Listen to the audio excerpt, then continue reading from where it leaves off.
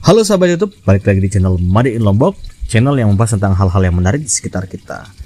Pertama-tama saya ingin mengucapkan terima kasih kepada sahabat YouTube yang sudah mendukung channel ini, membuat saya semakin semangat untuk berkarya. Nah, di video kali ini saya akan mengajarkan kalian atau menunjukkan kalian bagaimana cara saya dalam memproses atau mengolah hasil dari buah vanili yang sudah saya panen.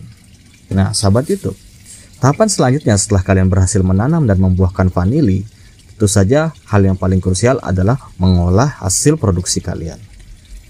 Di sini saya menganjurkan kalian untuk mengolahnya sendiri atau jangan menjual mentah. Terlebih lagi, kalian dapat memanen tua buah vanili kalian, itu akan membuat harga jual yang lebih tinggi.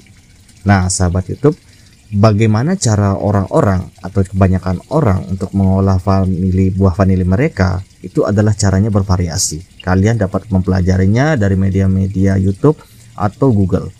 Nah, khusus untuk video ini saya akan mengajak kalian bagaimana cara saya mengolah atau memproses buah vanili yang sudah saya panen. Untuk video lengkapnya kalian akan simak di video Made in Lombok kali ini.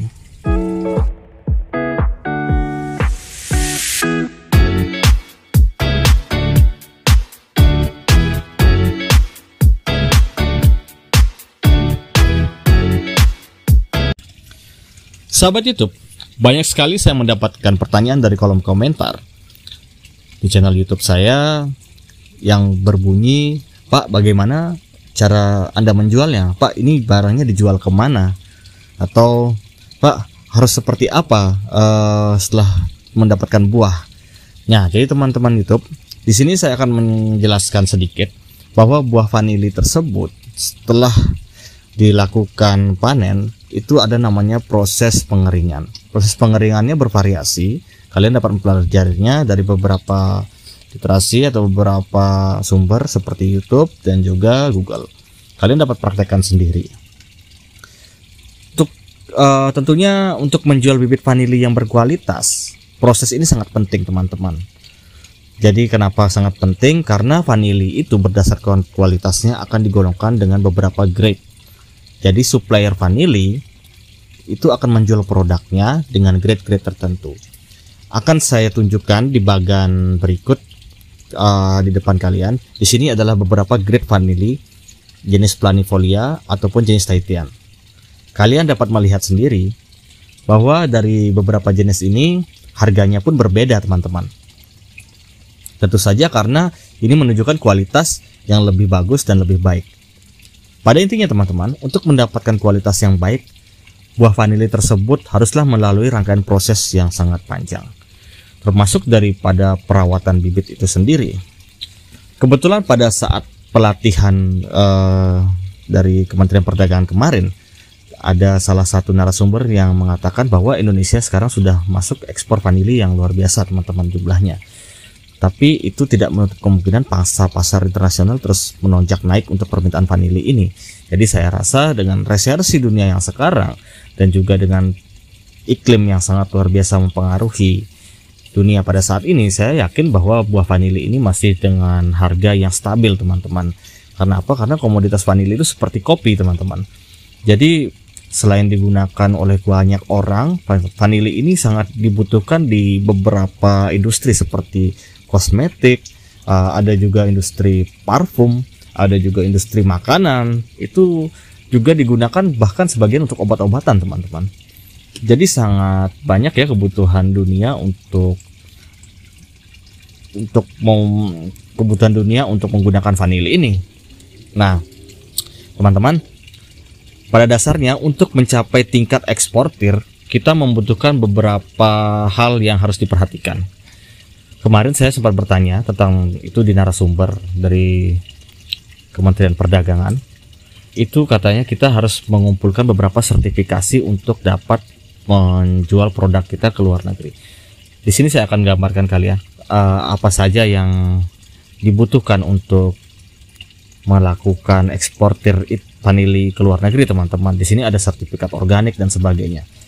Saya tidak bisa sebutkan, yang jelas sertifikat-sertifikat ini dibutuhkan agar produk kalian itu mencapai tingkat atau level yang setara, yang layak untuk dipasarkan di luar negeri. Dan juga sertifikat ini teman-teman, ini berbayar. Jadi kalian jangan kaget ketika melihat nominalnya, karena nilainya cukup fantastis untuk sebuah sertifikat ini. Dan kira-kira ini membutuhkan banyak sertifikat teman-teman. Tapi tidak perlu khawatir teman-teman, karena itu adalah untuk eksportir kelas besar. Khusus untuk industri rumahan seperti kita atau seperti saya ini, kita tidak membutuhkan itu teman-teman. Kita hanya fokus pada pembudidayaan vanili kita agar mencapai kualitas atau grade yang diinginkan oleh supplier. Nah, jadi teman-teman, untuk mencapai kualitas grade yang diinginkan, kalian sangat harus memperhatikan tanaman vanili kalian. Terlebih lagi kualitas dari buah itu sendiri sangat berpengaruh terhadap jumlah tanaman vanili kalian. Jadi sempat kita bicarakan kemarin bahwa untuk mendapatkan 1 kilo vanili kering itu asalan ya teman-teman, jadi itu rata ya, itu membutuhkan kira-kira di saya itu 400 buah vanili kering. Itu kalau kita satukan itu akan menjadi 1 kilo teman-teman. Jadi luar biasa sekali ya jumlahnya untuk mencapai 1 kilo. Tapi harganya juga cukup fantastis teman-teman untuk 1 kilo grade A. Di sini saya akan memberikan contoh. Ini adalah contoh di Google teman-teman. Kalian bisa lihat ini untuk vanili ini seperti apa grade-grade-nya dan harganya. Itu luar biasa fantastis teman-teman. Ya, jadi seperti itu teman-teman. Untuk mendapatkan hasil yang sesuai dengan keinginan pasar internasional, tentu saja kita harus mengikuti standar dari permintaan pasar internasional itu sendiri teman-teman. Layaknya sertifikasi dan lain-lain. Tapi jangan khawatir teman-teman, buat kalian yang tidak mampu untuk mengikuti itu, kalian masih bisa kok untuk berjualan dengan nilai yang lebih tinggi. Harga produk kalian bisa ditingkatkan dengan cara paling tidak kalian mengikuti standar produk tadi. Kemudian kalian mulai untuk mempacking sendiri produk kalian. Contohnya seperti gambar tadi, kalian itu hanya simpel sekali packingannya menggunakan vacuum sealer, kemudian dipres dan kemudian disimpan. Itu saya rasa akan jumlahnya sangat lama ya, waktunya bisa penyimpanan sangat lama teman-teman. Dan juga teman-teman perlu diperhatikan untuk memulai standar atau mengikuti standar dari pasar internasional teman-teman. Kalian harus memperhatikan jumlah buah kalian, karena harus diingat teman-teman, vanili yang baik adalah vanili yang dipetik sudah tua atau sekitar 8 bulan ke atas teman-teman. Itu sudah menguning, kadang ada yang menguning dan sampai terbuka. Jadi teman-teman, saya sarankan berhentilah untuk memanen muda teman-teman, karena panen muda mengakibatkan kualitas vanili kalian akan menjadi buruk, dan kualitas vanili yang buruk akan menyebabkan harga pasar menjadi turun. Apabila harga pasar menjadi turun teman-teman, maka produk kalian atau produk yang vanili dari Indonesia atau daerah-daerah tertentu itu akan menjadi nilainya juga turun teman-teman, seperti masuk semacam blacklist gitu teman-teman, karena wah ini produknya jelek nih, seperti itu. Jadi teman-teman, saya menyarankan kalian untuk tetap memanen tua.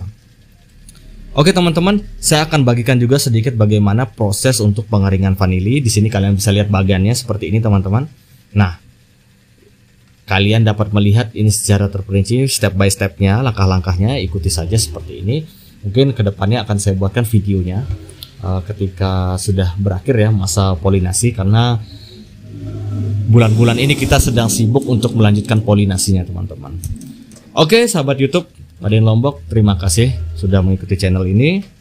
Sekian dulu ya video yang saya dapat bagikan dan informasi yang saya dapat bagikan, semoga bermanfaat. Apabila kalian merasa video-video saya berguna atau membantu kalian dan bermanfaat, silahkan jangan lupa klik tombol subscribe, nyalakan notifikasi, dan like video Made in Lombok kali ini.